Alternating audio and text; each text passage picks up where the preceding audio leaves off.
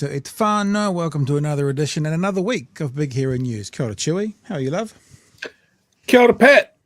Start of another week. Doing well. Hooray. Life goes on. Busy weekend. How's the world of Chewie? The Wookiee world. I'm just trying to remember what I did. Probably nothing. Which, to be honest, I'm a fan of. Boneless weekend? Yeah, boneless. I love that term, eh? Just turn yourself into a man puddle. No, don't like that phrase. We'll never use it again. Again, ever.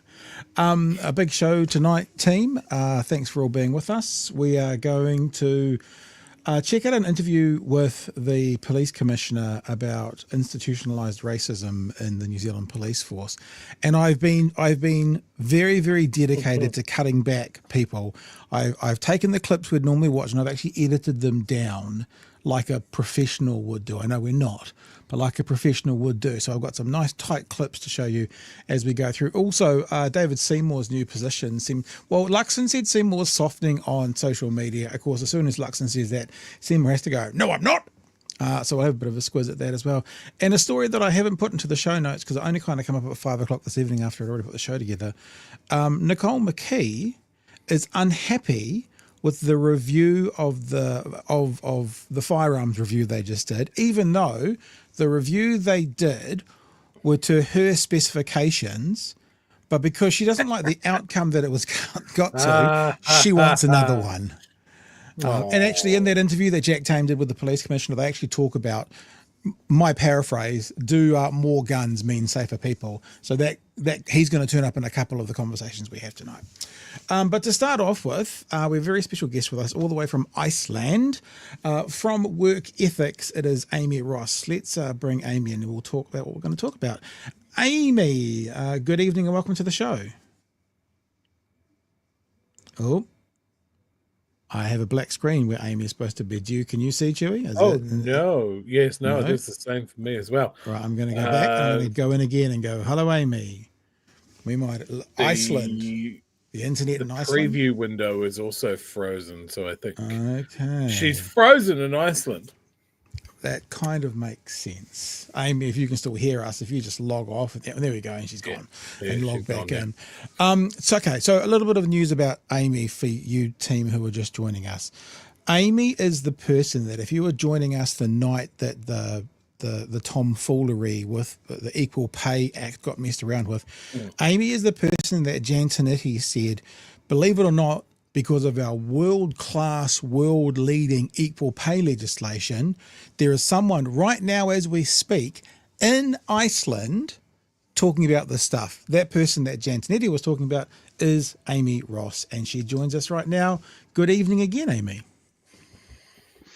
Good evening. Goodness, I just came back in. I got kicked out and now I'm back in. Yeah, you're back in. I was just saying, Amy, that we spoke to Jan Tinetti last week and she said, it's so ironic that we've got this world-class, world-leading legislation. It's so world-class and so world-leading that the rest of the world wants to know about it. There's a person from New Zealand right now, as we speak, talking about equal pay and equality and pay and all that over in Iceland at the moment, and that's you, correct? That's the person that she was talking about. That's right, yes. I want to talk about the whole issue and kind of throw you the ball to actually talk to us about what's been going on. But I am really intrigued, as you are an expert in this area, and we'll get to the Work Ethics website in a bit. But you would have, I'm assuming, sort of got that information late night in Iceland and then gone back and worked with people in Iceland the next day.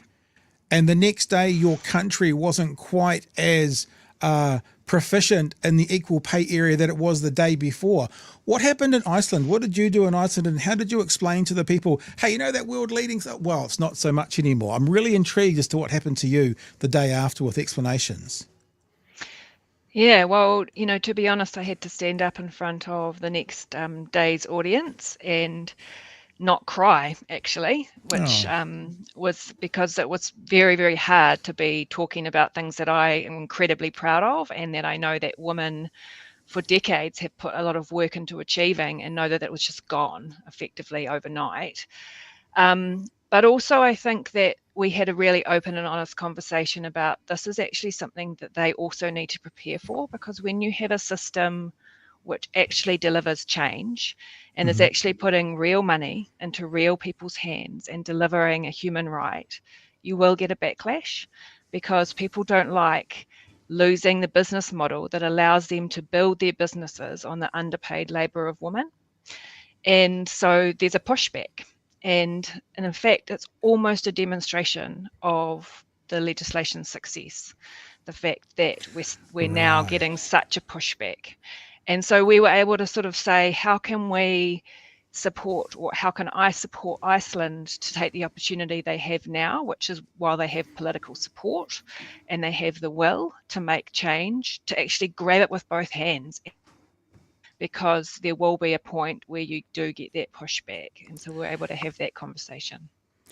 So with that pushback having happened in New Zealand, and with the work you're doing with your company, Work Ethics, if when you get back to New Zealand and you get a chance to speak to the government or the people who are changing, what would you be saying to them about what they've done? I would be saying that the changes are a huge mistake.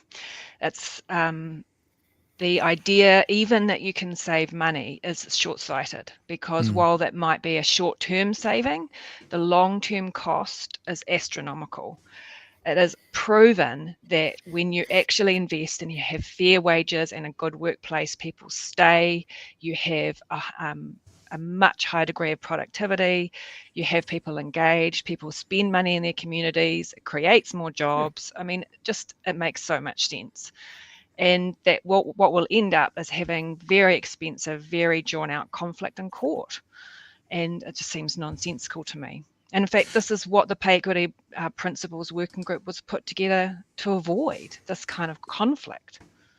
We had economist Craig Rennie on that night as well when we had Jan on, and he also pointed out that this will mean more money that the government has to pay out as well, because people will become the working poor more likely if their wages aren't kept up as well.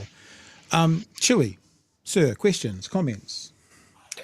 Yeah, I can't imagine what it was like being there for that purpose and then having this happen at the same time. Yeah.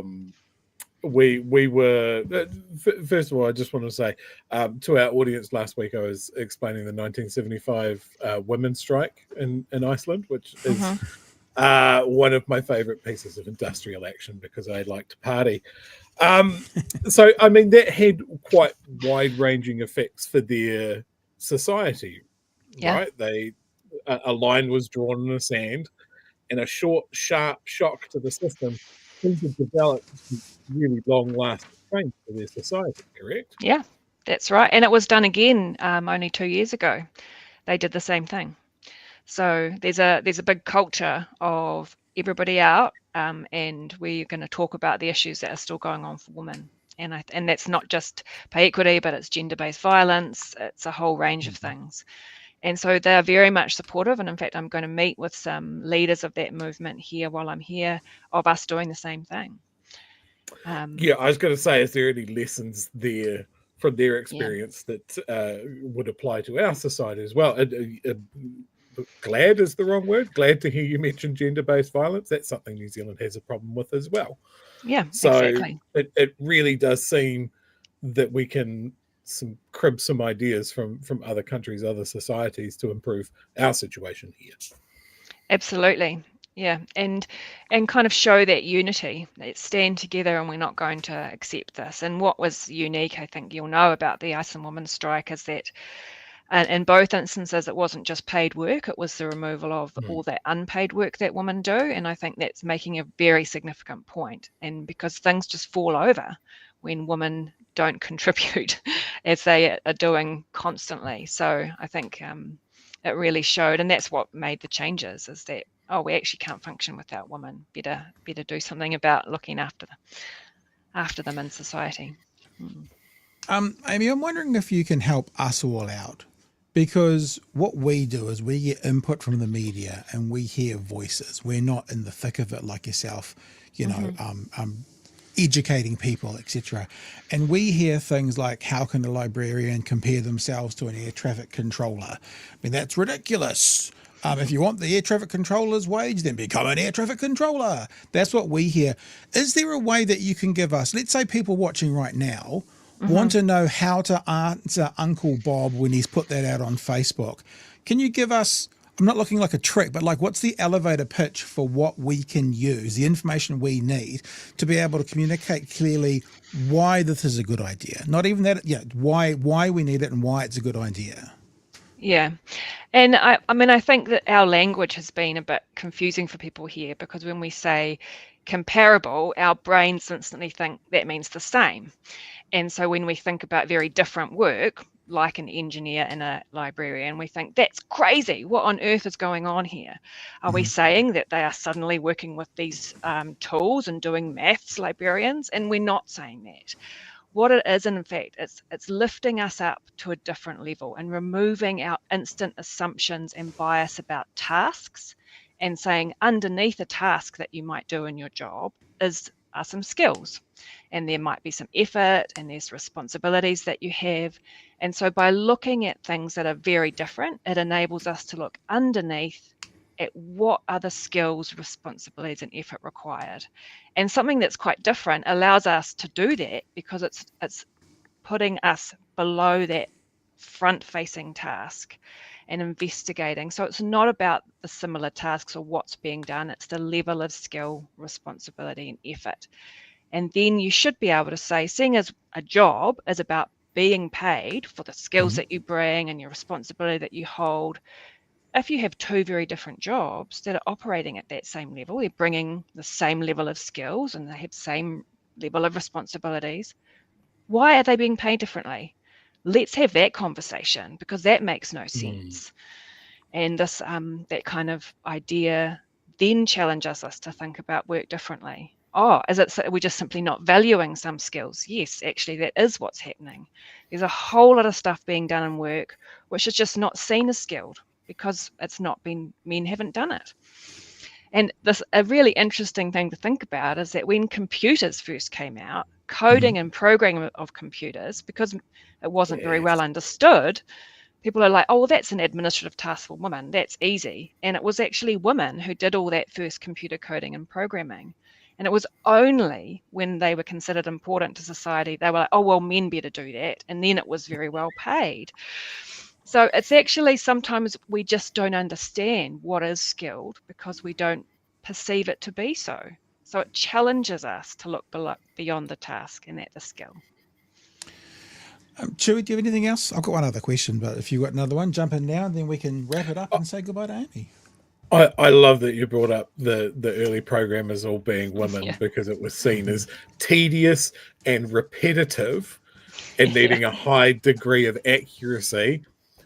Let's have the chicks do that. I'll just sit in my manager's office. Very true. And the other example that was brought out that's kind of the reverse of that is, if you go back 40, 50 years, most secondary school teachers were male, and they were really well paid, equivalent to a backbench MP. Yeah. And then that switched. Yeah. Yes, because when men do it, it's very important and skilled. And when women do it, we're just naturally, inherently good at caring. So it's not really a skill, right? Yeah. Oh, it's just in my own working career, it's something that grows. This is completely separate. I'm just going to have a whinge here. I'm a man that works in retail technology. The amount of people that will come to me as a man to explain something that any one of my female colleagues that have been working there longer than me will know backwards and front, and I'm like, are we still doing this? It's really cringe. Yeah. Hey, I wanted to, if I could, just quickly, because I don't think people have covered this a lot in the media, is talk about the introducing the right to phase in pay equity settlements. Okay. And because I think this is a really interesting point, because what other aspect of our human rights do we say you can only have a little piece of them at a time? If we've identified undervaluation based on gender, if we're saying, oh yeah, we can see that you're underpaid because you're a woman, but we're only going to correct that over the next 3 years. So you can have part of your human right this year, part of it next year, and part of it the year after. Where the hell else do you see that? Does that mean that women should therefore go, well, I'll only do part of my job this year. I'll do part of it next year, and I might do the whole thing when you actually pay me for the whole thing. It's crazy that that they're trying to allow for phasing in, because it's basically wage theft. You think about, I mean, a lot of the examples you think about in our modern time is, for example, in America, drinking at the right fountain. It's like saying, well, you can drink at the fountains that are on this side of the building, but not the others. And then next year and then in 3 years you can drink at any fountain you want.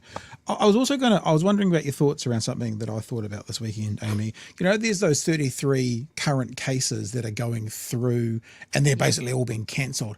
Chewie, happy to get your thoughts on this as well. It's like that would have had time and literal resource, money spent on it and all sorts of stuff. I mean, surely those groups, those organisations, those individuals should now be going to the government going, you owe us for the 6 years worth of work and all of this legal advice. I wonder if there's a case to be had that there could be a few lawsuits going on around this. Not even for the right. I'm not saying they shouldn't get the right, but for what they've spent that this government's just cancelled. I think we said last week, it's strange how the government of business doesn't seem to honour contracts very readily, do they? They like to get rid of them quite quickly.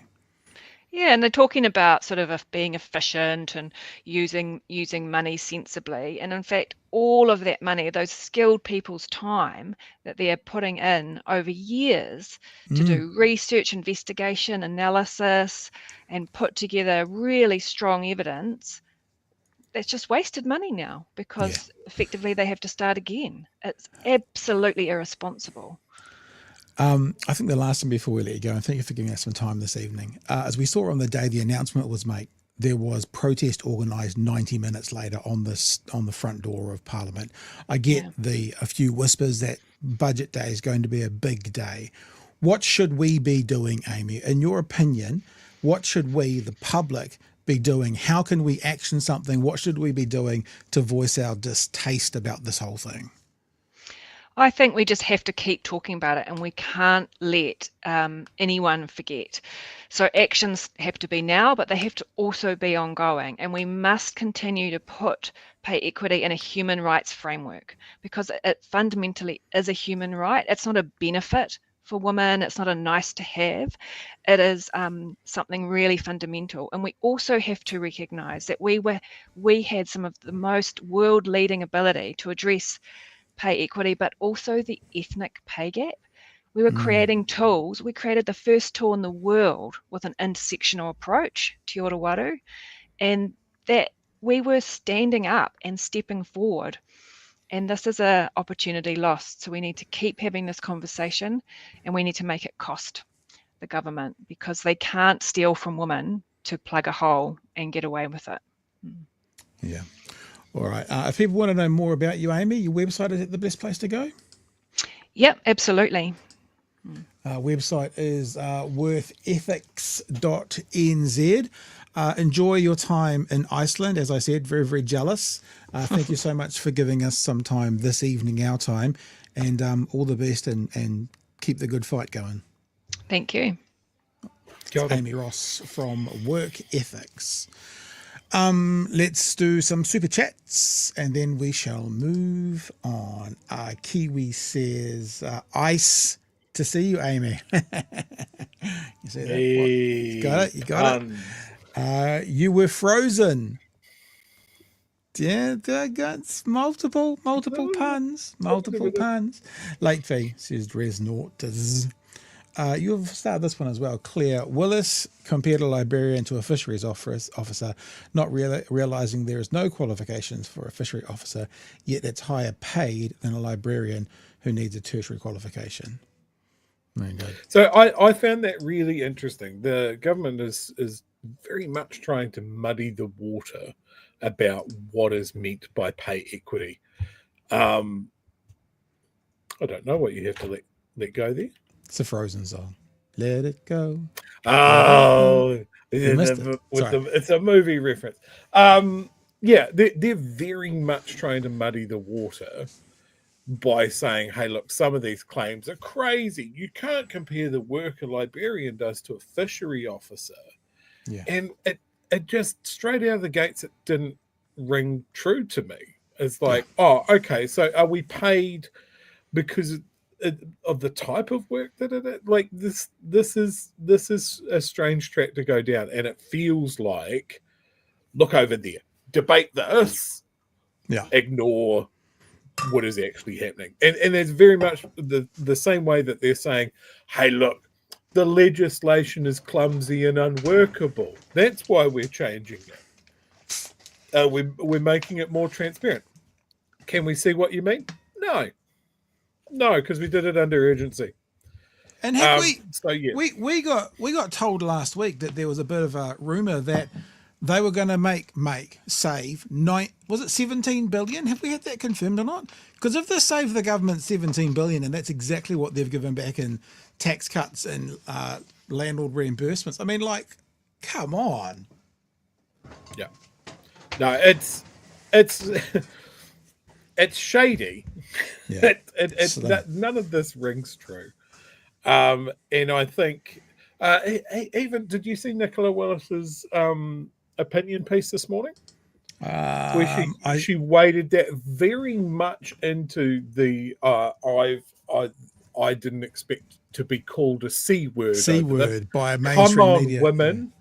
Come on, women, we've got to be better. And it's like, okay, did someone call her a C word? Absolutely. She was called a C word. But yes, that's very bad, and don't do it. Hang on. Having the C word directed at me by a journalist in a mainstream publication wasn't on my bingo list for Mother's Day 2025, nor was being accused of girl math. But there you have it. We need to. You know what's interesting? She can't go though. But here you have it. Misogyny at its best, because it was Andrea Vance. That was thrown to me and my female colleagues in a recent newspaper column as hopelessly devoid of facts as it was heavy on sexist slurs. I'm sorry, I don't think Andrea Vance can be accused of sexism against other females, can she?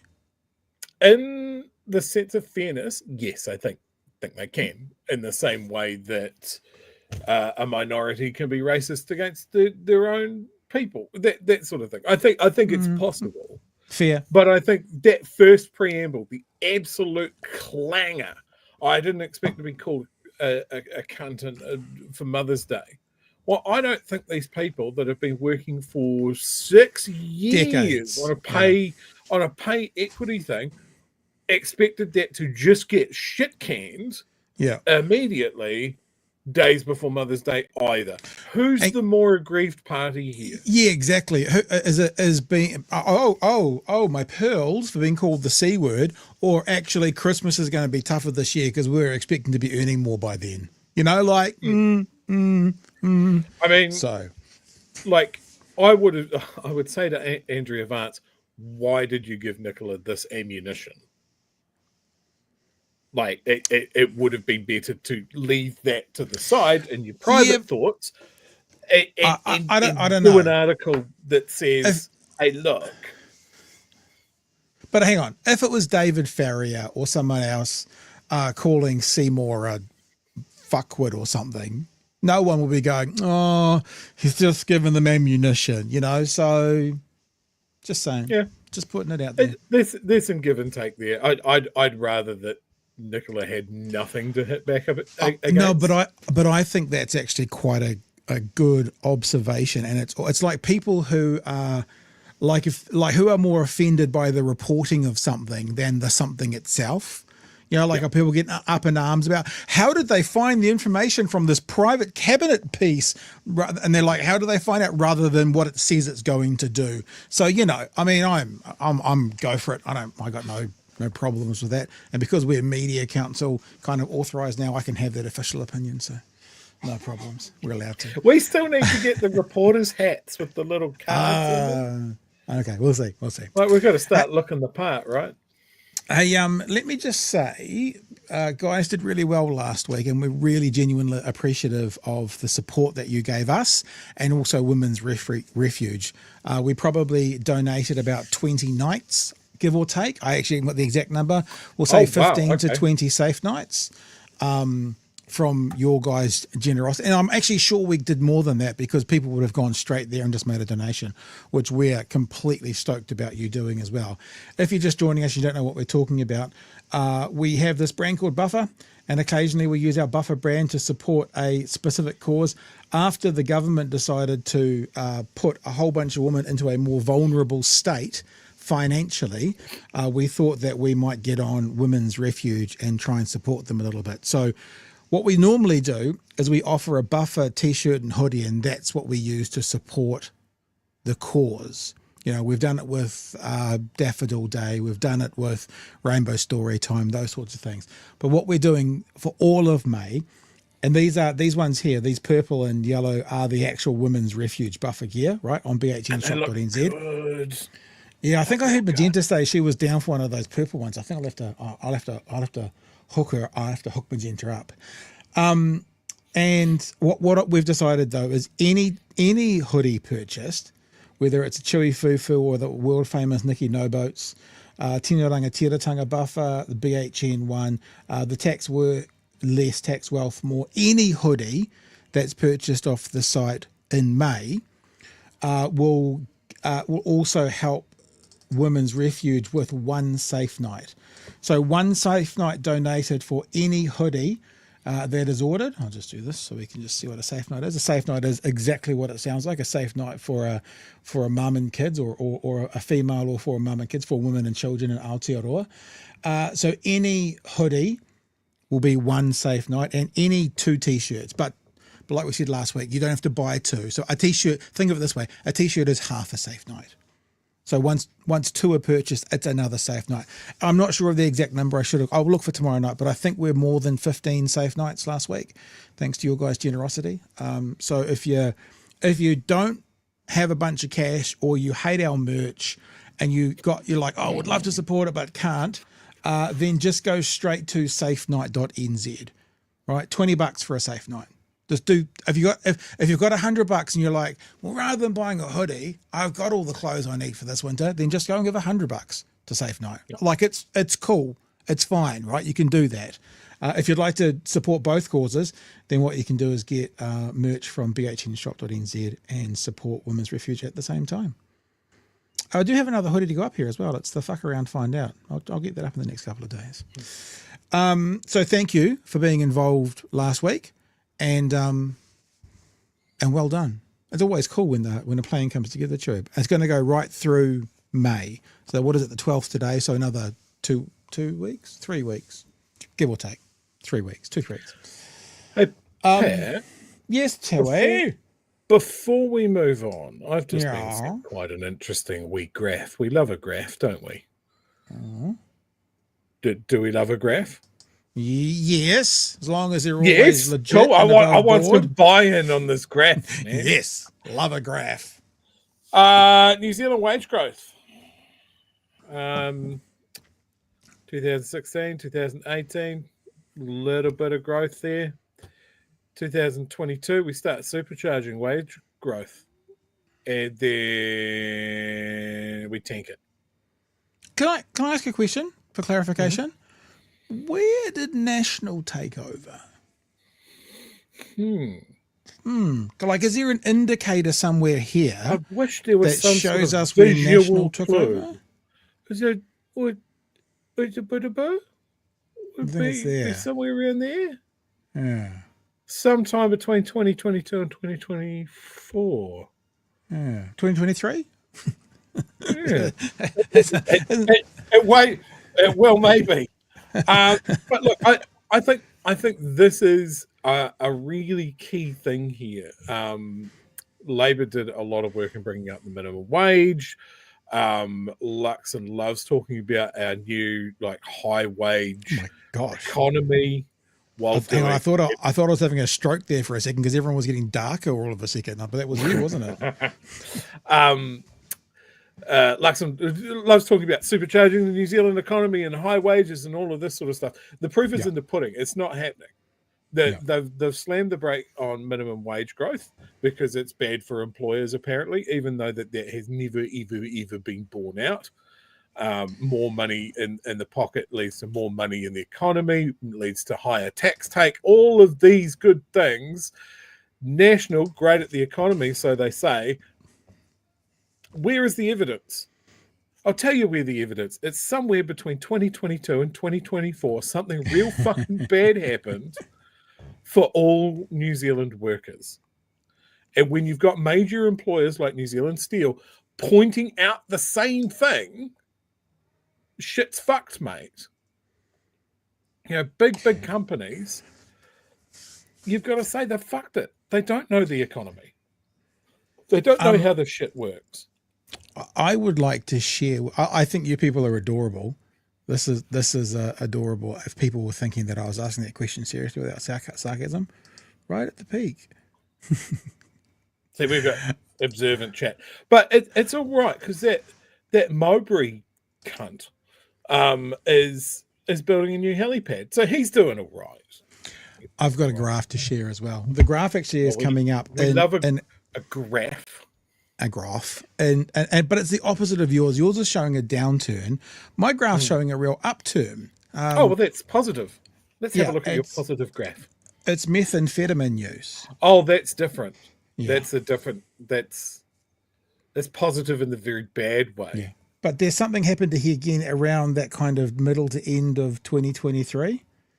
Oh, strange. Yeah. And something happened to customs around this time as well. From back room, not affect. Maybe we'll do this now, shall we? Shall we do this now? Because this is my very, very, very leaned up Q&A with the police commissioner. And when I say leaned up, I mean leaned up because some of the clips were 9 minutes and they're now 2.5. And I did cut them back to get the guts out of it. So let's do this, shall we? Because it kind of it ticks along. And look, I won't steal Jack's thunder because obviously the question goes, hang on, that big up. You're saying that there's a lot of methamphetamine coming from offshore, and that big uptick, that was when they got rid of all those custom guys. Is there a correlation? This police commissioner mostly is very politically adept. I remember the last one was Costa, wasn't it? Basically saying what he thought. This guy, not so much. So let's have a look at the first part of this conversation, which is talking about methamphetamine use. And I want to say one thing before we start, because we're very fair on this show. We will judge this government by how they judged the last government or for the standards they set for themselves. Now, you probably can't remember this, Chewie, because it was hardly ever talked about. But there was this thing under Labour called ram raids, right? You probably don't know what I'm talking about. It's a very kind of niche subject matter. And how the last opposition party, National, wanted to make it very, very clear that the incumbent government was 100% responsible, 100% responsible for those ram raids. Okay? We will judge you by the same standards. An increase in methamphetamine use is 100% the responsibility of this government. Have a look at these numbers of the wastewater testing. Now, if you look at that spike, cuts at customs came into effect in the middle of last year. I mean, it sort of directly coincides, at least in terms of timing, with the spike that you can see with the methamphetamine levels in wastewater. According to the restructure document from Customs and reporting from Stuff at the time, those cuts included 12 customs officers.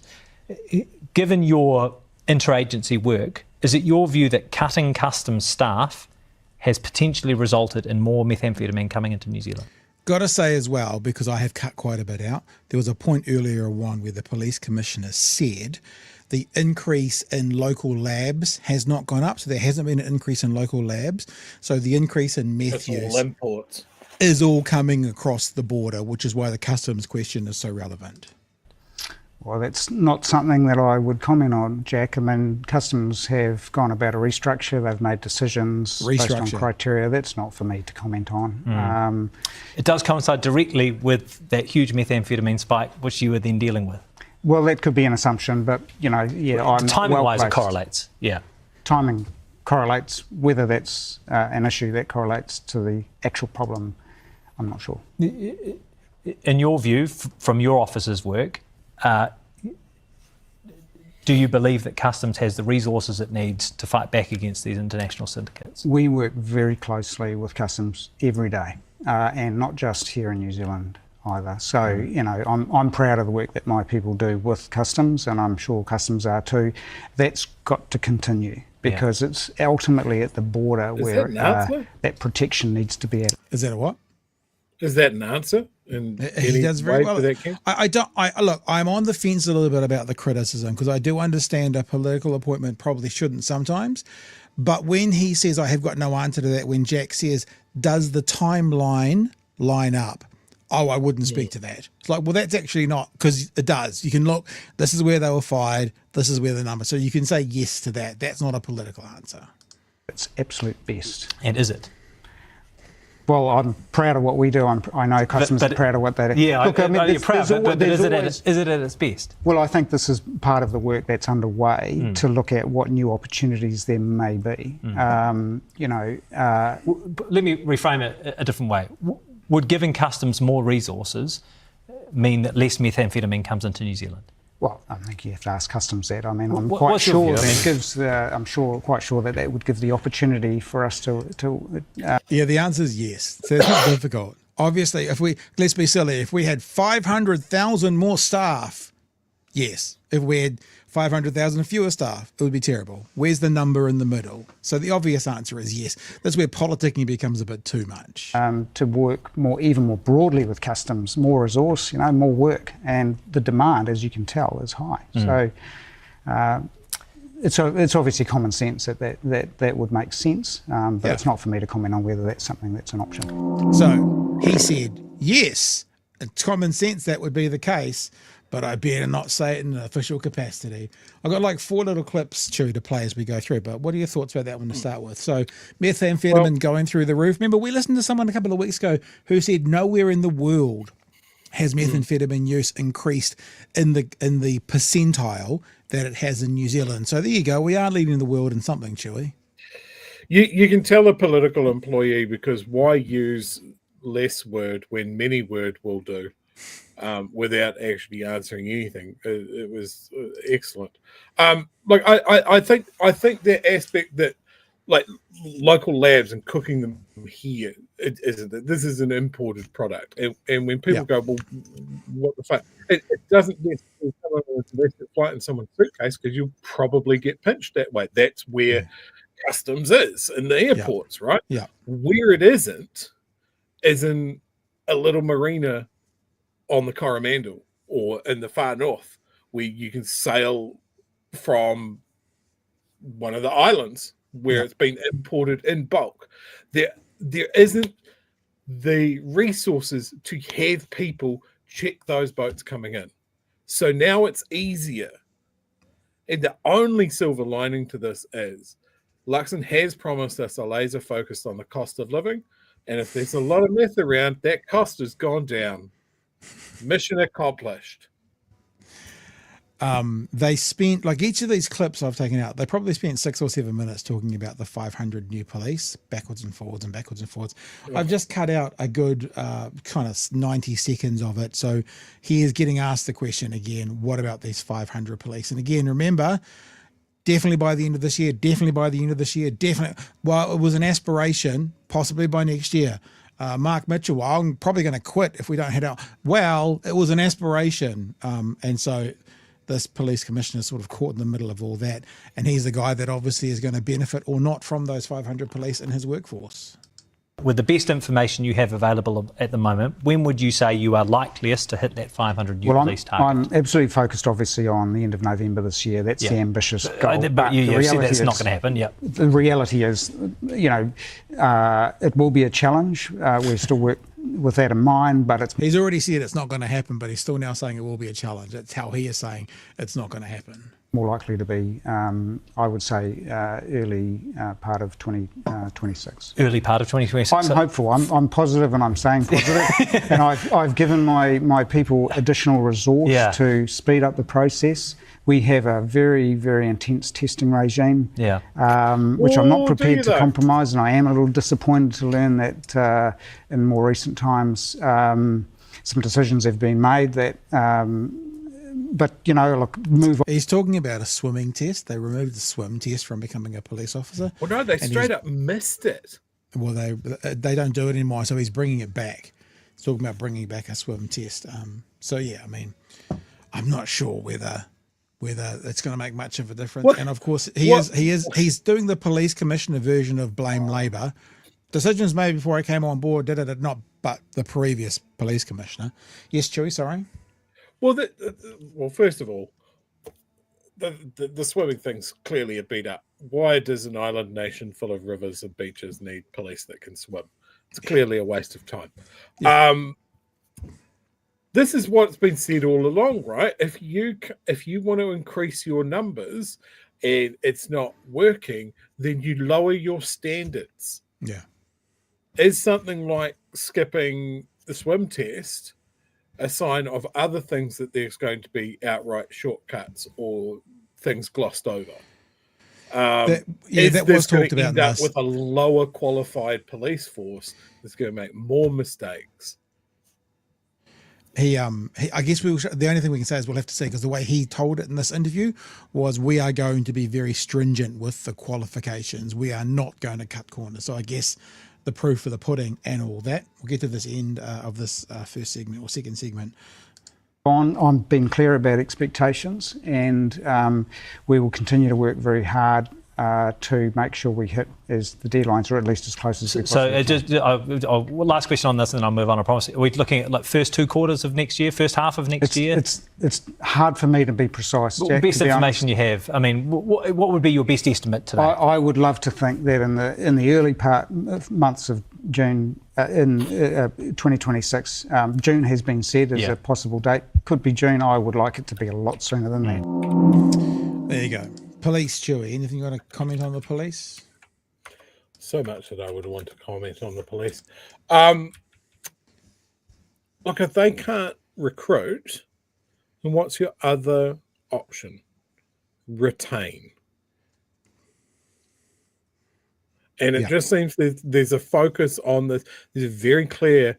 We're working very hard.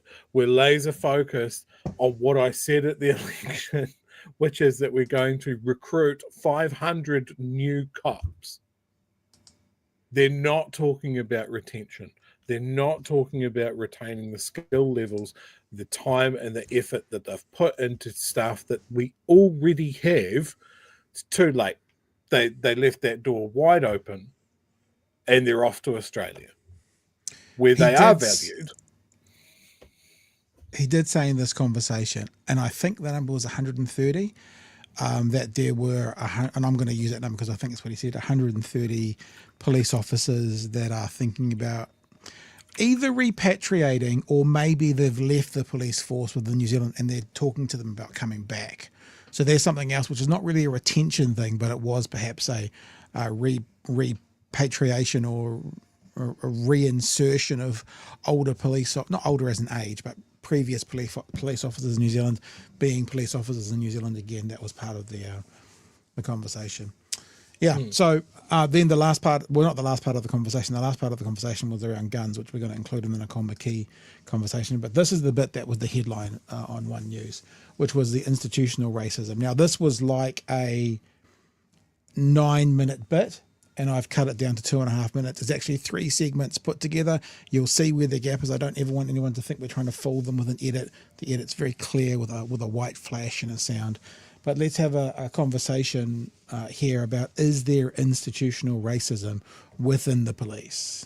All other things being equal, Māori are 11% more likely to be prosecuted than New Zealand Europeans. I mean, that would at the very least, from the outside, suggest a degree of institutional racism might exist within the organisation. Look, in my 30 years of policing, Jack, I have not personally seen an attitude. He's demonstrating he doesn't understand what institutional racism is.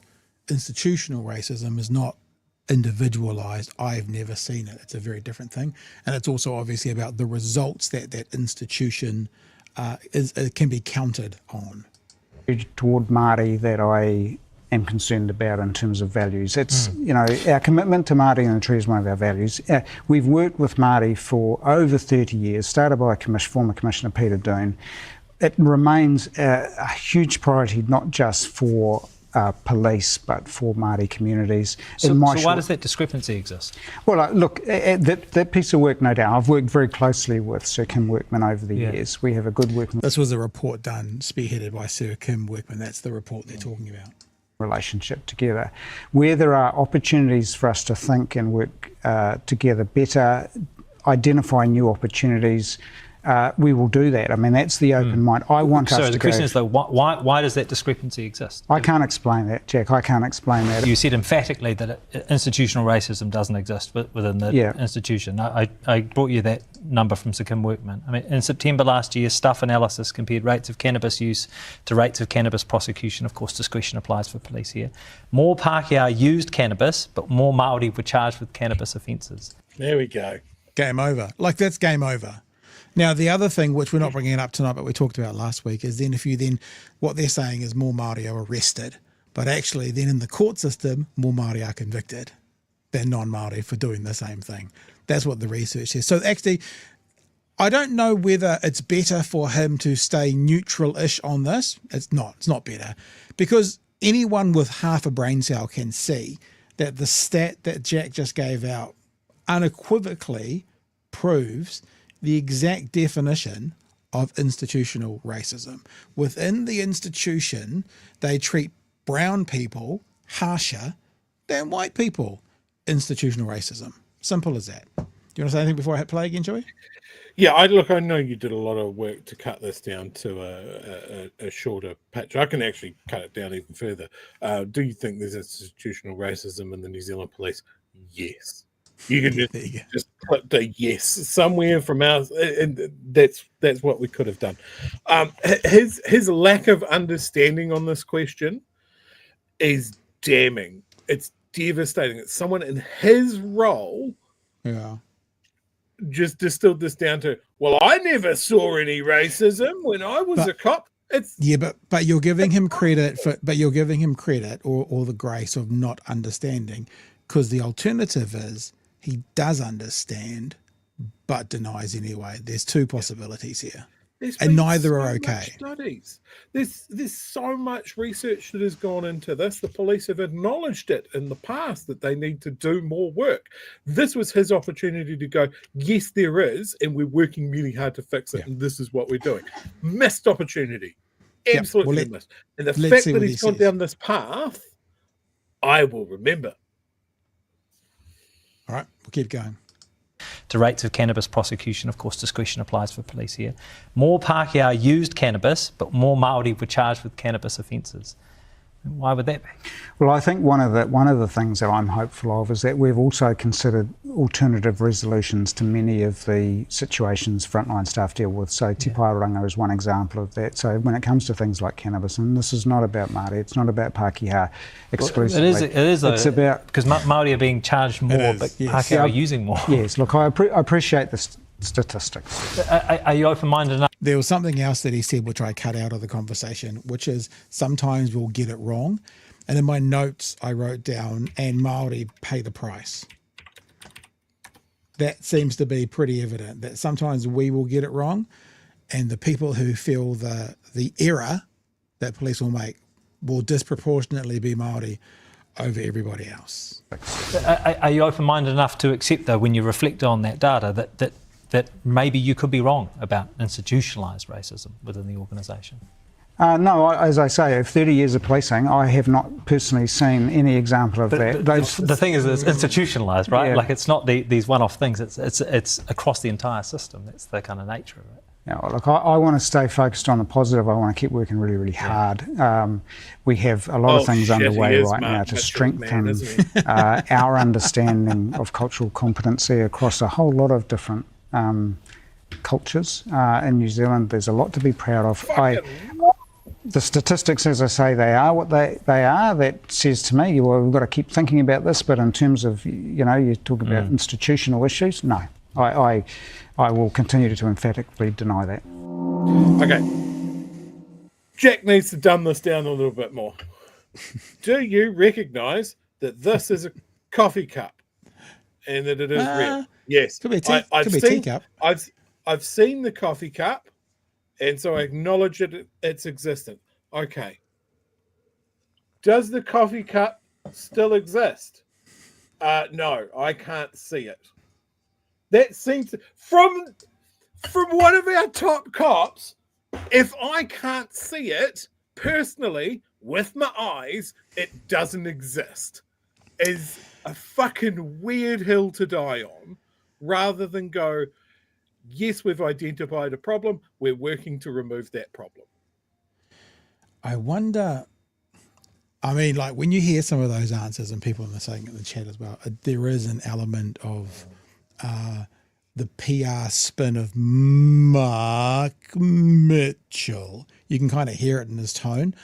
I mean, it's cop talk, right? They all talk the same.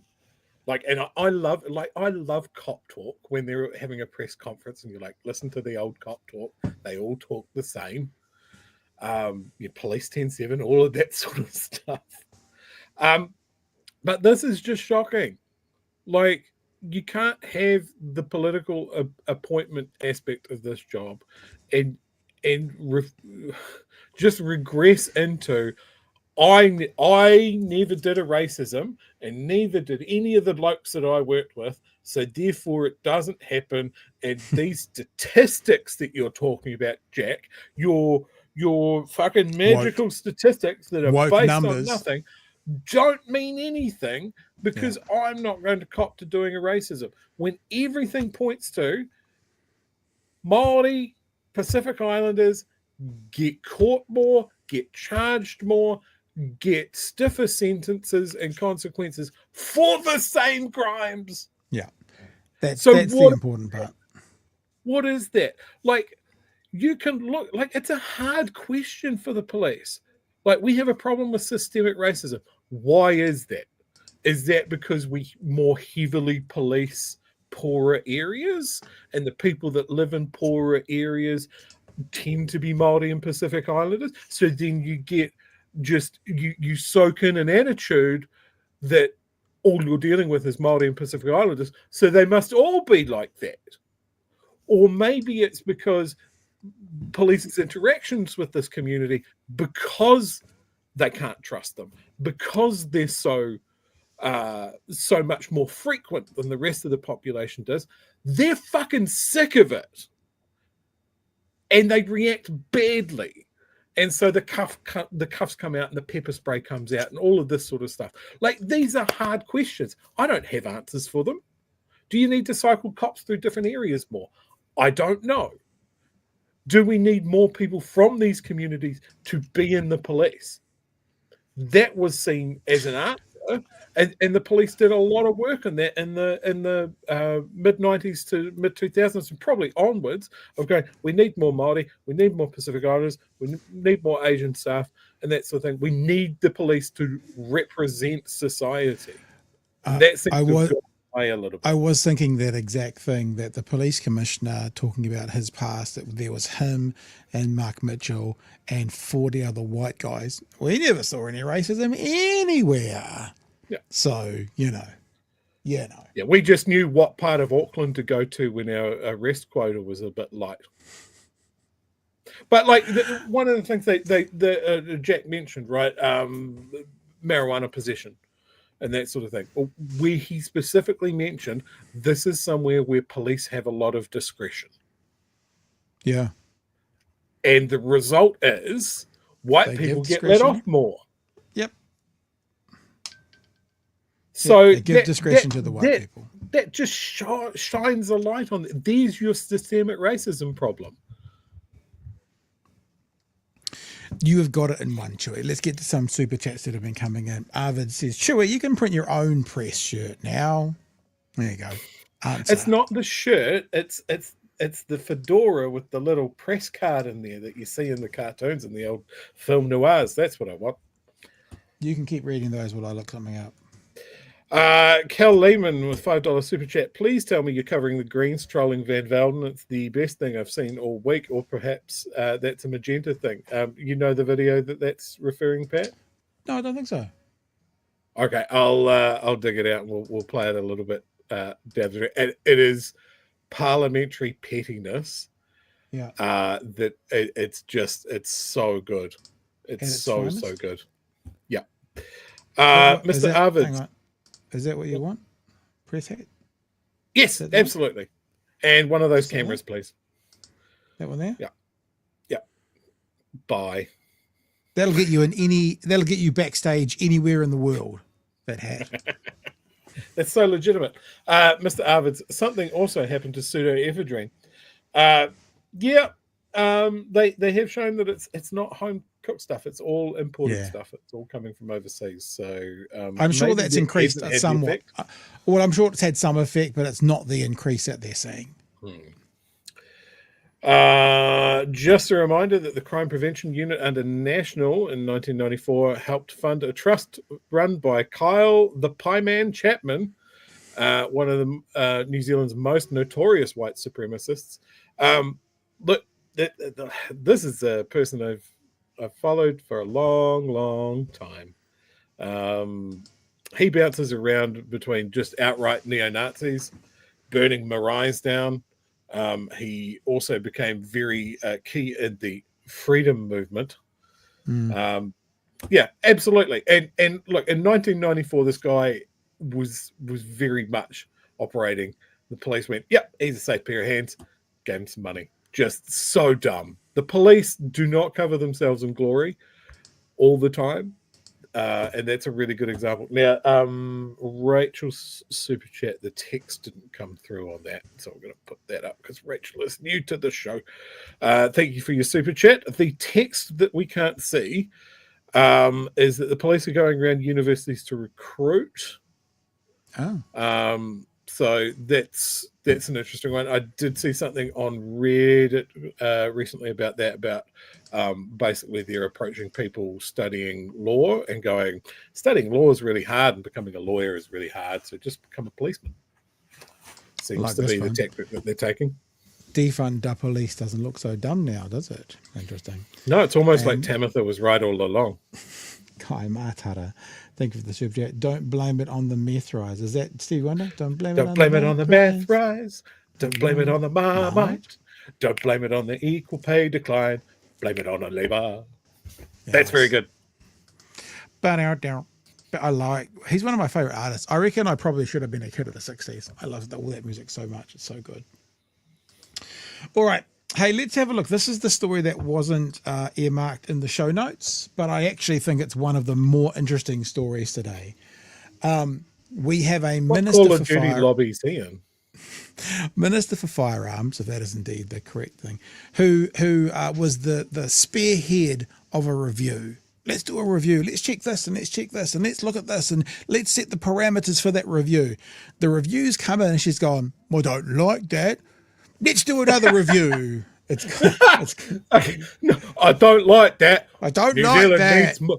New Zealand needs more DACA. Yeah, well, let's have a look. The ex-party minister in charge of firearms doesn't trust the firearms registry and wants a review, despite one already just being completed. Nicole McKee has invoked the agree to disagree clause. You couldn't write this, man. Put its foot down, saying no more reviews are needed. Senior political reporter Benedict Collins reports. The firearms registry is designed to keep track of guns, to stop them falling into the wrong hands. But the minister in charge isn't happy with the findings of a review that found the relatively new registry is protecting public safety and should continue. I would like... How dare that review say it's working? How dare it say that it's protecting the public? That's not the answer I wanted from the review that I set the criteria for. How dare it say that, Chewie? Protecting public safety and should continue. I would like to have seen a very thorough cost-benefit analysis, also projecting into the future, looking at the public safety of firearm owners. There were a few things in there that I was a little concerned was missing. The ACT Party minister asked Cabinet for another more in-depth review next year. The National Party, they said no. No, they said no, and then, therefore we invoked the agree to disagree clause. Yeah, were you disappointed with them though, saying no to you? Do you know how soft cock that is in this instance, the agree to disagree? The agree to disagree clause is supposed to be in place when you won't vote for something, not for when they won't give you something. Oh, you won't let me do it? Well, then we'll agree to disagree. It's more like people, it'd be like Winston putting through his penis police laws and having ACT go, oh, we agree to disagree. And so you don't do it. But she's putting it out there like, because she's throwing her toys, going, oh, well, we're going to make sure the public knows we're agreeing to disagree. What are you disagreeing on? You're disagreeing on not doing something else that's already been done that you're not happy with. Huh?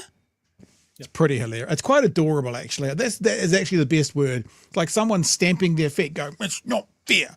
I don't have to clean up my room. You do.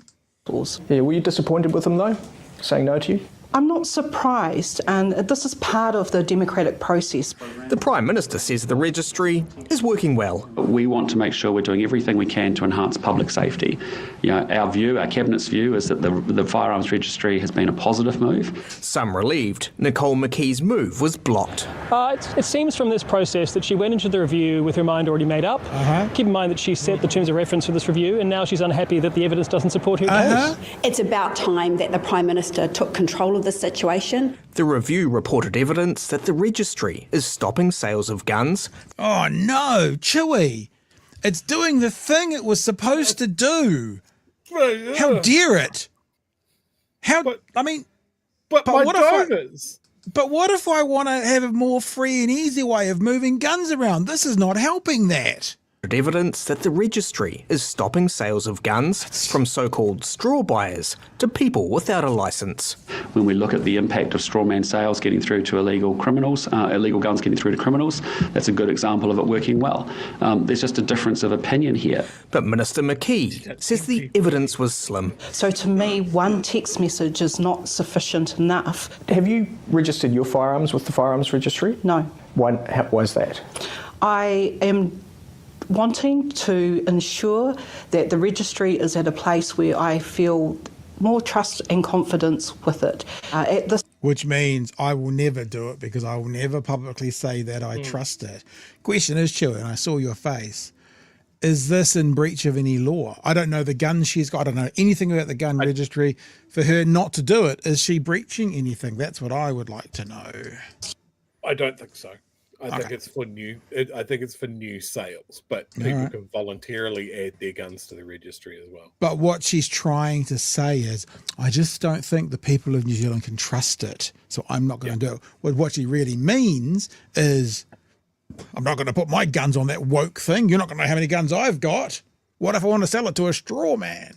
I feel more trust and confidence with it. At this stage, I do not have to register my firearms. The gun-owning minister not quite trusting the firearms registry she's in charge of. Benedict Collins, One News. Yes, indeed. This is a classic tactic. We've seen all of these tactics on display here. She was not happy with the results that she got. She wanted more time where sales can continue. She is injecting distrust into the process. Now, that has been a common through line for gun owners, right? Is they're like, if we're handing over details of what I own and where I live, is that list safe? And again, getting back to who administers that list, the police do. And they haven't been rock solid on this before. So I can kind of get I don't know if this is very trustworthy. As a government minister, I don't think it's her role to say what she just said. Yeah, that's true. Which is the minister in charge of guns saying, I don't trust this system. It would be like, she can say that as a lobbyist. Yeah, but you know what it would be like? It would be like the minister. It would be like David Clark when he was the minister for health around COVID, coming out and going, "Yeah, I'm not going to get that vaccine. I don't know if I can trust it." It would be like that, and she's just got away with it because Luxon has no control over the MPs who aren't in his party, and even some of that are in his party. We saw Nicole McKee, the firearms lobbyist rather than the firearms minister, and that was always the problem with her appointment to this role, is she is conflicted.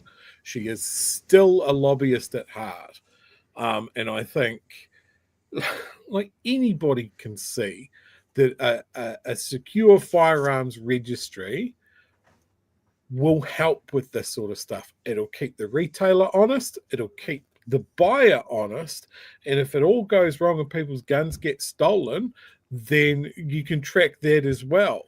It makes it harder for people that want firearms for really shady reasons, and that's something that everyone should agree is good.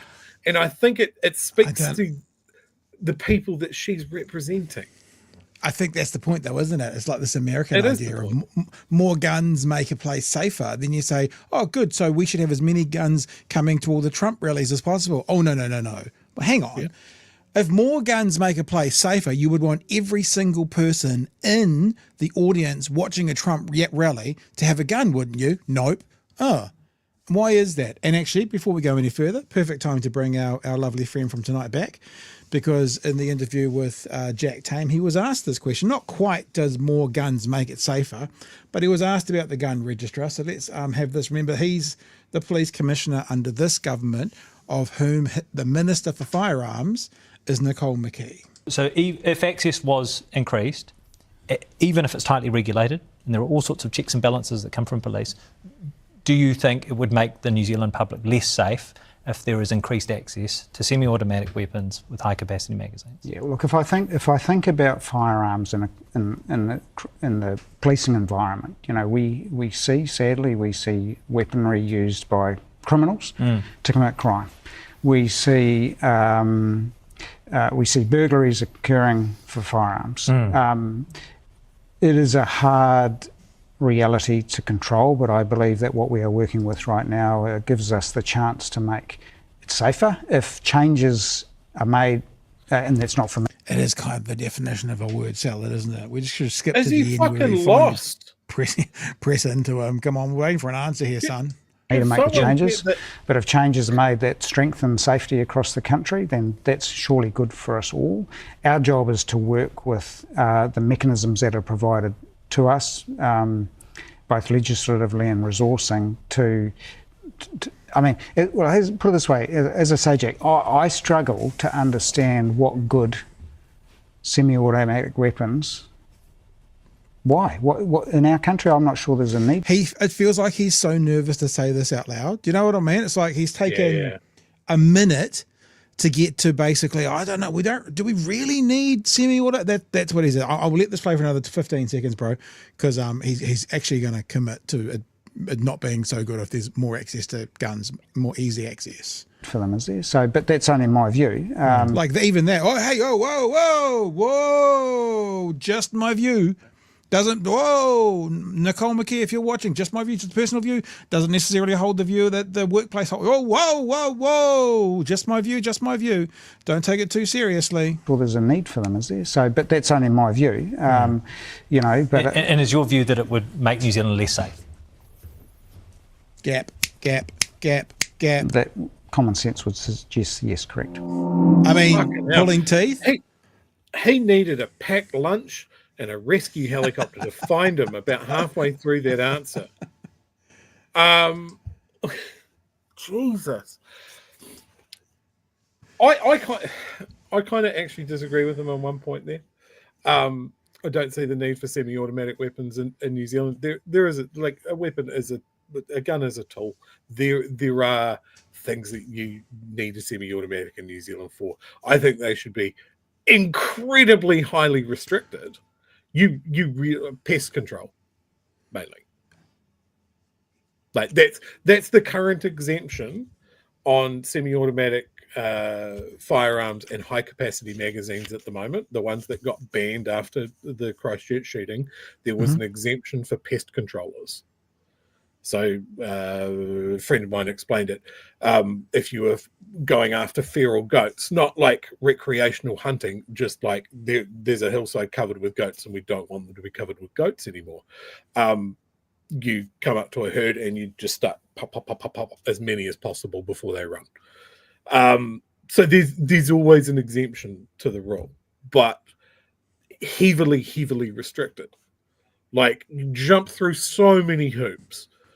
We want them stored in a particular way. We want all the parts stored separately, all of that sort of thing. You should have to apply for permission to do all this. It should be difficult to get these things, and the police should know that you have them, is the main thing there.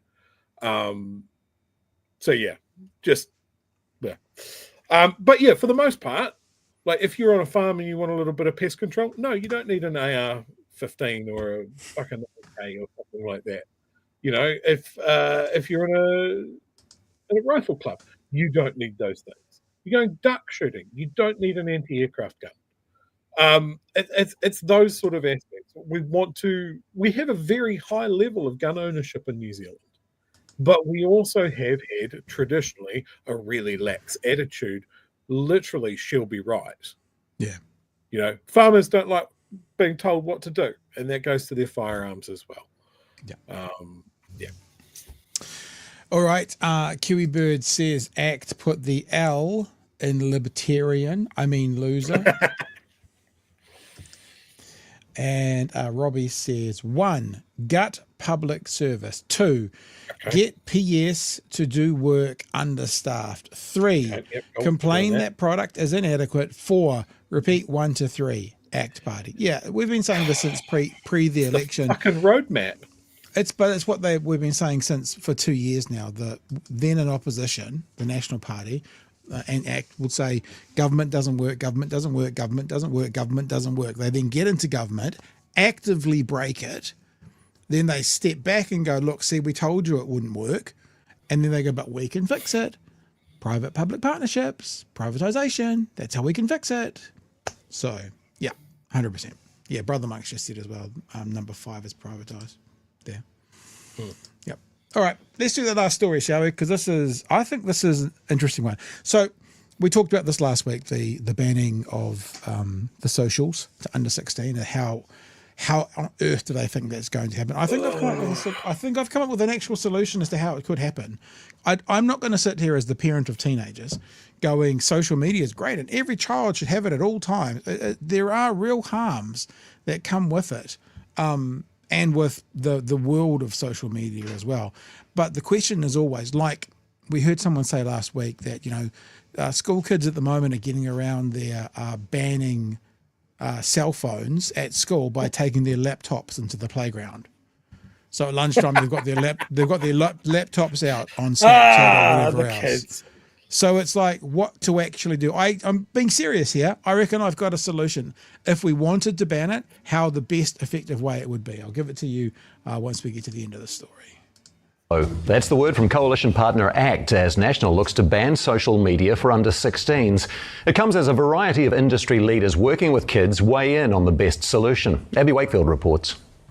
We asked a doctor, a principal and a professor for their take. Sounds like the start of a limerick, doesn't it? Walked into a bar. Maybe not.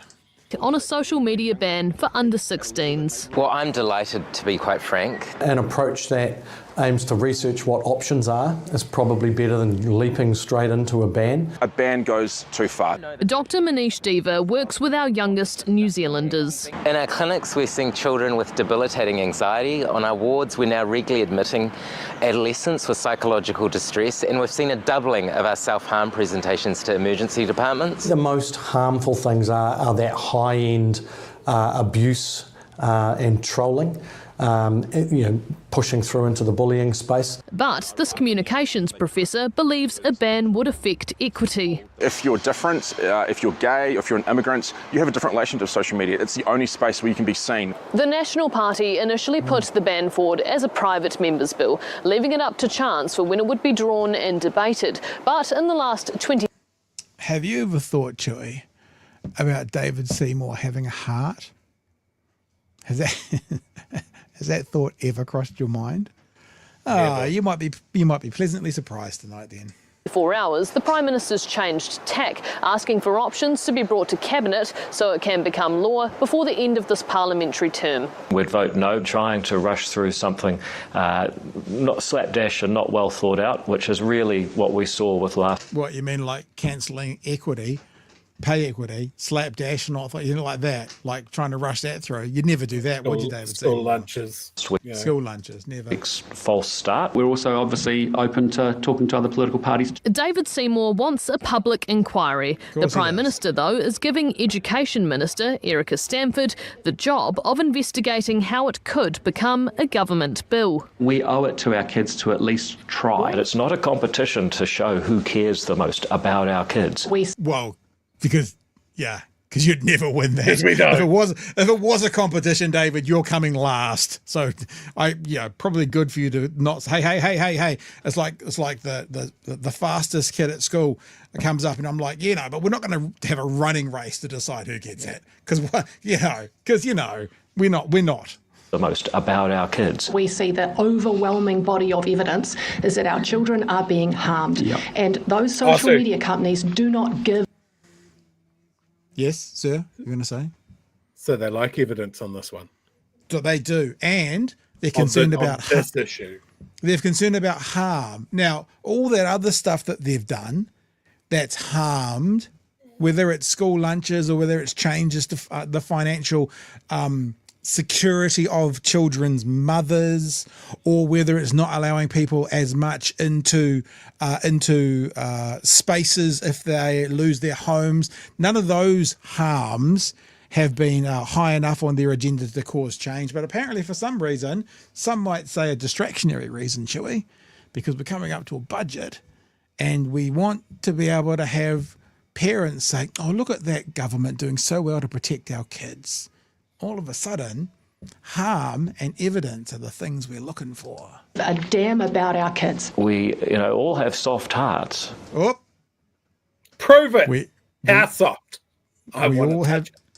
We all have soft hearts, Chewie. We all have soft hearts. And then he goes and glitches out apparently because something happened to the wiring in the back of his head. Damn about our kids. We, all have soft hearts, but we've got to make sure the softness in our hearts doesn't extend up to our heads. While there are differing views,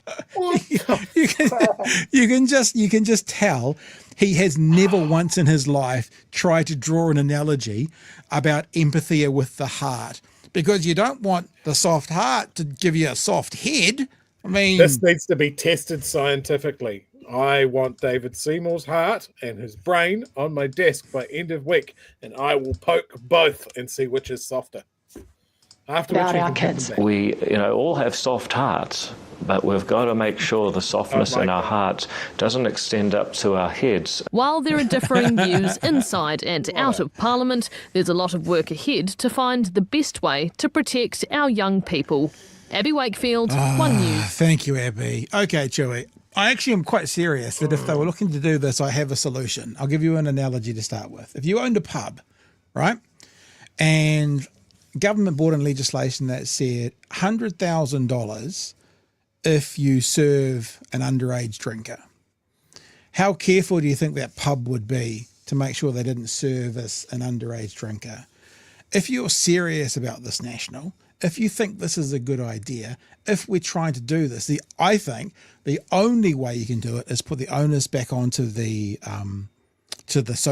platforms, and basically have a really heavy penalty that says if you let them through, then it's on you. That's what I mean. Like, I know everyone's going to go, oh, we're stupid, but I reckon there's no other way you can do it other than to make the platforms be culpable if anyone who's 16 gets onto them, 15. So there's been lots of issues that this government has talked about with social media, and certainly overseas you've seen lots of issues with just unethical shit that they've all been up to. I think it's adorable that our government thinks that they are going to be able to get the social media platforms to go along with this and they haven't been able to get the social media platforms to go along with anything else before. Like there's already T's and C's specifying an age. You just change your birthday. Yep. Like, how is it going to be enforced? How is it going to be proven? What are the mechanics of this? Like, and if we're talking about, kids are being harmed by social media, and I have no doubt that they are, why aren't we talking about anybody else in our society? Facebook has turned our older generation's brains into fucking soup. They'll believe anything. Good point. So are they going to be protected? Social media is full of scams, just outright fake news, fake articles with AI generated pictures. Like you could not do that on mainstream television in New Zealand or in newspapers or in advertising, because we have laws against that. It is the wild fucking west on every social media platform. The government can't do anything about it. So you're left with the self-reporting tools on those social media platforms. And we all know what happens there. You submit a report. It's reviewed by an AI that goes, fuck it, I can't see anything wrong with this. It's a literal call to violence against this section of society. Doesn't breach our community standards. So why is this going to be different in any other way? This is the government want a nice, easy win here. We care about kids, and as you said, Pat, it's an undeniable truth that social media has negative effects for a lot of kids. Yeah, but it's also a really useful tool for connecting people as well. So, do you chuck the baby out with the bathwater? I mean, like I hear that, and look, I think that in living in today's day and age, that is correct. But there has always been small marginalised groups of teenagers that have also found community in other ways. I didn't play the TV3 story because I wanted to talk about David Seymour's heart. But on the TV3 story, I think they're talking to a psychologist, making the links towards extreme anxiety and bullying and that kind of stuff as well. I'll be real blunt now as a parent and stuff. Social medias are the devil for teenagers. They just are the devil for teenagers. So I absolutely support the idea of helping our kids get away from, get off of, because I don't think they've got the resilience. I think that the lecturer today was talking about, like that we heard in the story, talking about, kind of in this day and age, we need to teach kids how to use it. I don't believe the kids can have the resilience to handle this kind of thing. Just like our 14-year-olds shouldn't and can't have the resilience to have a 6-pack of beer.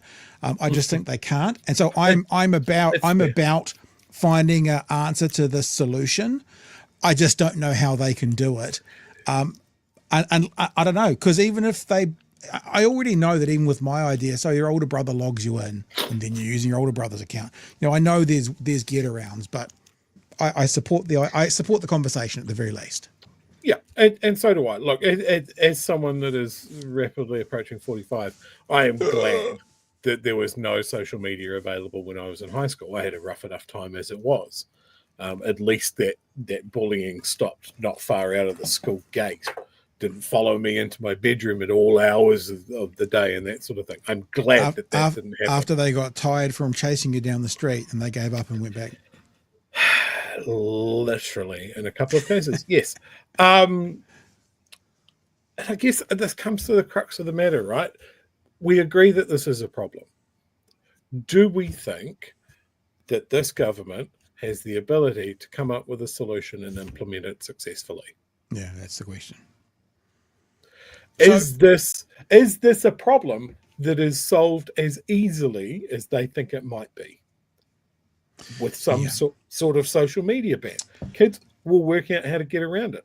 Like they've done with school. Like they've done with phones in schools. The kids who want to be on, they walk out of the classroom with their devices, with their laptops, with their Chromebooks, and they get online there. So absolutely.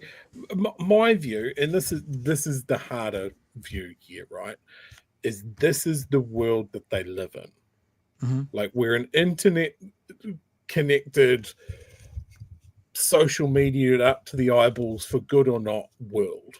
It's how we connect to each other. It's how we share our news. And we have so many problems with that. Like I said, it's the Wild West. These social media companies do not have our best interests in heart. This is not a tool set up for our sole benefit. We are a product, not a user. So that's a bigger question. Is this something that parents, need to know more about? Is this another awkward question that people need to have with their kids, and they're trying to navigate their way through that, which is something that didn't affect them at the same age? They have no experience of it. Like, older people have problems with social media as well. The amount of shit that has been stirred up, that is taken as fact by the older generations, that is just as much a problem, and I would say more to our democracy, Western democracy in total, than kids having anxiety. That's a much bigger topic, and I don't have any answers for that apart from cutting the internet cord and letting us regress to our base instincts. It'll be a tough 15 years. We'll be somewhat like the Thunderdome, but we'll come through it, and maybe that'll be worth it in the end. So you think that if the world was really like The Last of Us, that would be better for the anxiety of us? Is what you're saying? So some of us may die, but it's a price I'm willing to pay. I was just doing some real world research there because I'm like a cool dad. I just texted my teenager saying, I don't even think the school that my teenager goes to does ban phones. Actually, I don't think that capacity is there. They may say to them, keep them in your bags or something, but I can't.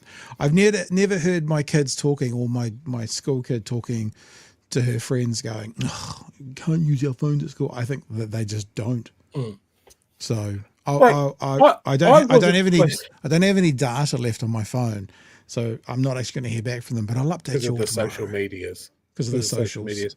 I mean, I wasn't allowed to listen to music in class as well. That didn't stop me smuggling a Discman in my backpack and putting a headphone up my sleeve, right? That one, up the sleeve, sit like that. Absolute pro move.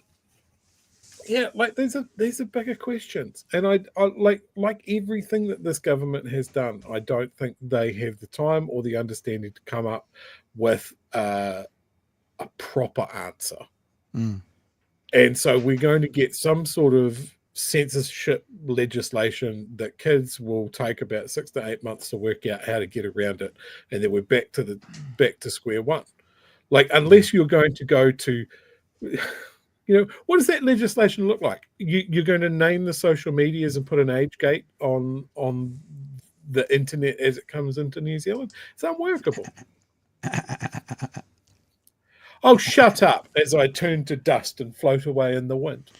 So, I'm one step further. I had the Walkman, I had the tape. Back in the day, when you wanted to listen to music or, in fact, media at all, you had to physically go to a shop and purchase a physical thing that you touched with your hands. And then you had to have the right device to put the thing into. And you had to spend basically 3/4 of your wage on AA batteries just to stop you thinking your own thoughts. Yeah, that's an interesting one. The non-rechargeable life, batteries. And then the technology came along that you could get rechargeable batteries. And now it's just, I was also thinking with the whole hand on the air thing, with these things, imagine how much cruisier life would be today if you wanted to sneak listening to music in class when you had one of these. No cables at all. No cables at all. I remember once, for one Christmas, I got 32 AA batteries, and I was the happiest little Wookiee you've ever seen. All right, Whānau. Ryzen says, hey, Nicole, facts don't care about your feelings. And then Davey No Heart from Kaimatara. And I've got a solution. I've got a solution. It'll keep Nicole McKee happy as well. We just give the kids guns. Oh. Right? And if they're bullied, but then they can use the guns to stop the bullying. And then social media is fine again. Just before we wrap up for the night, just to let you all know as well, if you guys have ordered merch up until about Thursday of last week, I'm looking at it all right now out in the other room. and I'm expecting that it'll be on the courier tomorrow. I've had a email from someone wondering where it is, and we have taken a bit long. I apologise about that, but it's just how it's been. When you're a media mogul running multiple podcasts and stuff, it's just so difficult getting good help these days. Oh, I tell you what, it's going to be a tight couple of weeks for the old DOC media empire, isn't it? Yeah, you're going to be so busy. Well, it's the countdown to the budget, people. Yeah, and things are afoot, Pano. Stick around the next few nights. You might find a couple of interesting stories coming up. We'll tell you more later. Gabrielle is doing a wellness check on me. Good to know, Gabrielle. Thanks for that. I have watched you molesting the hell out of that. I have things. I'm a fidgeter. I have these things all over my desk, and I fidget with them. This is one of the cooler ones. It's called a Mesmer globe. You can't really see it spinning. Mesmer. Oh my God, it spins. Yeah, I have all these things all over the time. This is actually my 18-year-old's, and I stole it from her, and I like it. I'm tattooing with it. So thanks for the wellness check, but yep, I'm okay. Ben says it's theatre, as the Americans say. It's theatre. This is not a solution. It needs to be on parents to be more involved in educating kids, but that requires hard work and telling parents to step up. But that's not National's MO. The thing is, Ben, I sort of both agree and disagree with you, because I mean, like in our day, Chewie, we got around doing tons of things that we shouldn't have with our parents' knowledge. So kids get around that stuff all the time. The problem is what they can get away with now and get around now, I think does expose them to a lot more serious things. Maybe not more physical danger, but then again, with what's happening in the world at the moment with, anxiety and depression and messages, suicidality is still all there for different reasons though. So I agree it's about the parents. I do think parents have a part to play in this, but I'm also a realist and go, maybe Chewie, you could speak to this better than me. Most parents think they get one of these things because the kids need them to play Kahoots at school, because Kahoot is now a thing that they play at school and they need a device for that. Or even beyond that, now they're 16 and that's how they actually communicate. When I used to, most people watching it the same, who has a landline anymore? One of the biggest things that my kids used to freak out about when I confiscated their phones was they now live in a world where that is the only way they communicate with their friends, which I guess relates a bit to what that academic from Victoria University was saying. And if you take their phone away from them, they don't have a skill set or the practice to communicate in another way. I said to my kids for a long time, and we tried it, is that, when I would catch a bus home from school at 5 o'clock, sitting on Khyber Pass in the middle of Auckland Central because I just finished cricket practice, I'd sit there either with a book, but sometimes with my dyslexia, I'd just sit there. And sometimes you just have to learn to be bored. And these kids, they can't. I'm not even going to say don't. They can't. They can't be bored. But look, in fairness, when you point one finger, three are pointing back at yourself. I'm pretty bad at being bored now as well. If I have a gap in somewhere, I'm picking up my phone. So it's long dispenser. Yeah, I'm being long-winded here, and I'm kind of saying three different things. I agree that there is parental part to play in this, but I don't think it's all on the parents, because it can't be all on the parents, because parents have never been the key source for your child's for their self-esteem and stuff. They get their self-esteem and stuff typically from the friends around them. Their family is the support group, and that hasn't changed. Sure. But like any new development in society, people freak out about it, and there's a little bit of moral panic involved here. I have this conversation with parents a lot. Little Timmy or little Susie's first phone. I think if I was a parent, little Timmy's first phone would be a button phone. A dumb phone. A dumb phone. Text messages and phone calls. Call me when you need to be picked up, that sort of thing.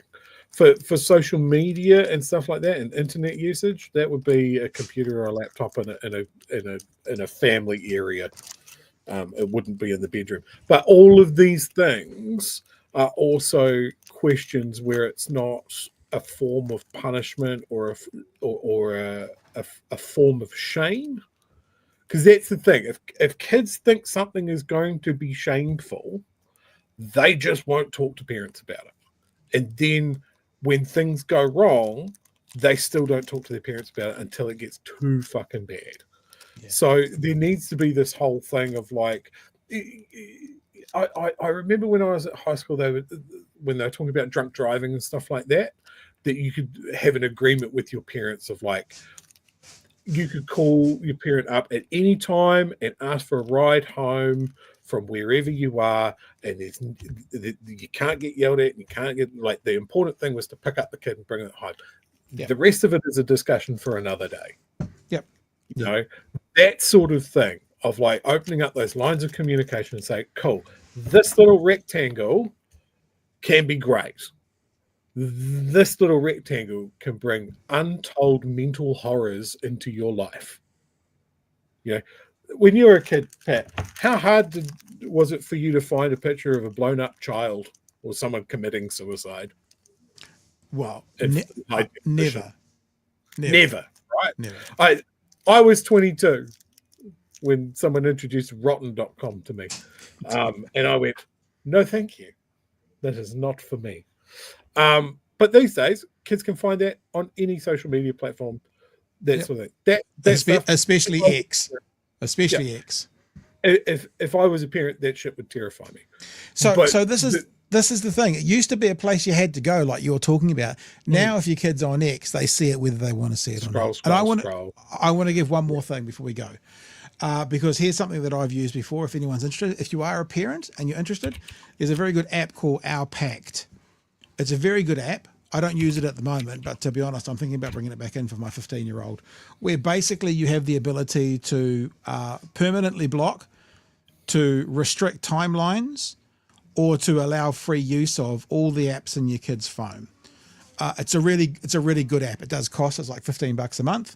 But if you're a parent out there and you're listening to this conversation going, what can I do? This is actually a tool that does work, and I think it works even better for younger kids. Like if you're giving my kids didn't have smartphones till secondary school. They didn't own their own phones at intermediate school, but they were at primary school with kids with smartphones. The other thing about smartphones, remember, is as soon as some kid in your class has it, your kid is seeing everything, because that's what kids do. They go, whoa, look at this. So there's that part of it as well. So Our Pact is a really good tool if you want to use it. It gives you a bit more control. It can actually go all the way to you can get a screen recording when your kid's using it. That felt a bit creepy to me. But the thing we used it for was, I turn off various things at 10 o'clock at night. Couldn't use that social media, and it's a good thing. Our Pact. Anyway, Chewie, we're finished talking, by the way. I've decided. Well, I've got two things. Pat. First of all, I found this picture of you finding your first fidget spinner. I need to remove that, and I need to put there. There we go. That's Pat. Thank you. Oh my God, it spins. Spinning thing is very exciting. The other thing that I would mention here is something that I found as a good resource. 2 Degrees and NetSafe put together a website called Good Things. It's basically for the parents as much as it is for the kids. It takes you through a whole bunch of stuff of using the internet and having an internet connected device in the house. Well worth a look. Cool. All right. One last super chat that's come in. A late fee. Mason wants us to know that we motivated him to email his local MP about pay equity last week. Kia kaha. Thank you, Mason. We appreciate you getting in touch. That's what we want. We want people to get involved in the process. Like all of the bad stuff that we're having with politics, it happens because of low engagement. Politicians think you don't care, or you're not paying attention, or that, hey, you're not going to vote. So fuck you. I don't need to listen to you.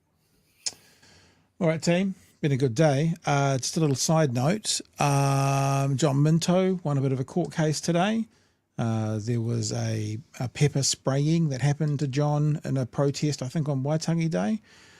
police authority have gone to the people who did it. I've sent John a text. Don't know if I still have his number, but we might try and get him on tomorrow night if he's available to have a talk about what actually happened. Other than that, I think that's it for us.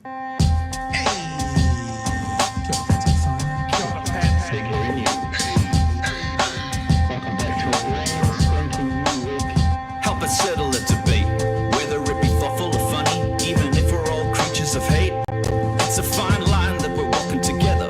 For better, push aside the temptation to berate. Let's take a note of the corners we stand in. As many points as the hairs on my chinny chin chin. When the news that we're watching is hairy, knowing all the things that we need to be wary of. Like the rich have the hand out for rewards, while the many have to work out what they can afford. And the rest of us ain't paying attention, or maybe have questions we're too worried to mention. Other media is still dwelling on trivial facts, vetting peas from the rice and the mice from the rats, and picking and choosing a warpath to run, linking ourselves with the hill to die on. It's gotta come down to a welcoming vibe, with an A and a self and a higher in mind. All have a lean either this way or that, and will be analyzed by both Chewie and Pat. With the evil in the world trying to mess with your head, and you're sitting on the couch, you're thinking chivalry's dead. Each night, 2 nights, they're gonna sing you to bed. Oh, that's it for me, Chewie. I don't think there's too much else to talk about. bhnshop.nz if you want to support us and Women's Refuge. Other than that, I mean, we'll catch you tomorrow night. Anything from you, Chewie? No, nothing more for me to add. All right, team. All the best. Be well. Be safe. We'll see you tomorrow night from 9 a.m. 9 a.m.? Try that again. I was in Iceland for a second, just in my head. 9 p.m. for another edition of Big Hairy News. Hooroo. Cheers, fam.